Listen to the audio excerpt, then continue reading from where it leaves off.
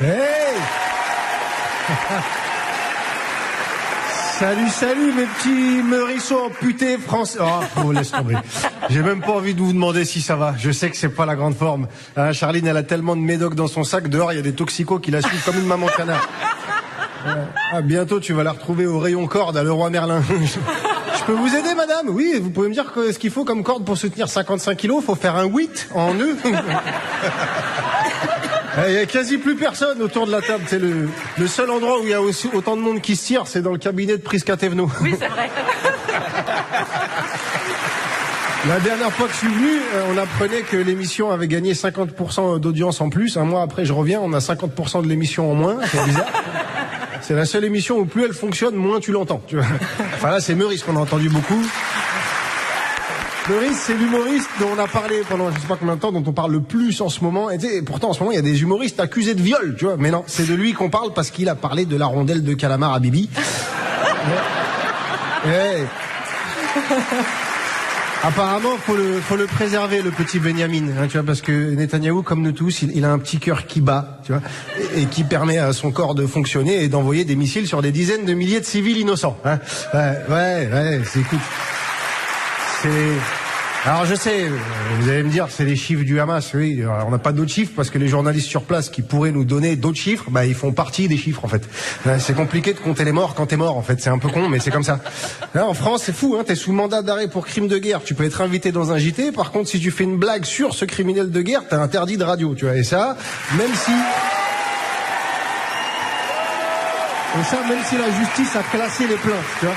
Alors même si les plaintes sont classées, pourquoi Sybille Veil, la présidente de Radio France, radio d'État, décide de mépriser une décision de justice? Bah après j'ai vu que pendant 3 ans elle avait été conseillère de Nicolas Sarkozy, donc non,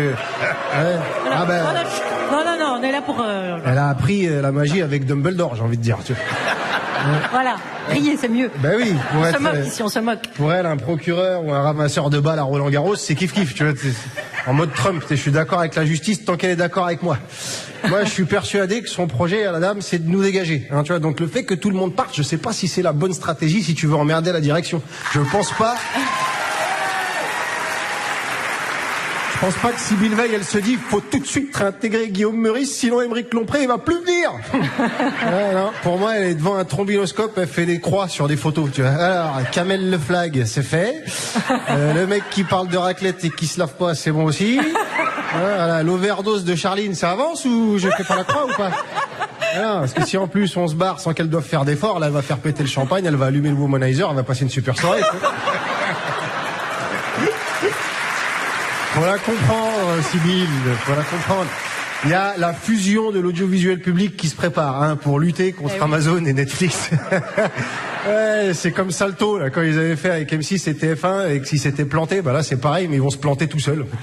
Et dans l'intervalle, bah il faut qu'elle garde son poste, Sybille, alors faut bien se faire voir de l'étage du dessus, en l'occurrence Rachida Dati, ancienne ministre de Sarkozy, encore, putain, ça s'arrête jamais. Bah lui, même quand tu crois qu'il est parti, il en reste toujours un peu, c'est la punaise de lit de la politique, faut partir. Enfin bref.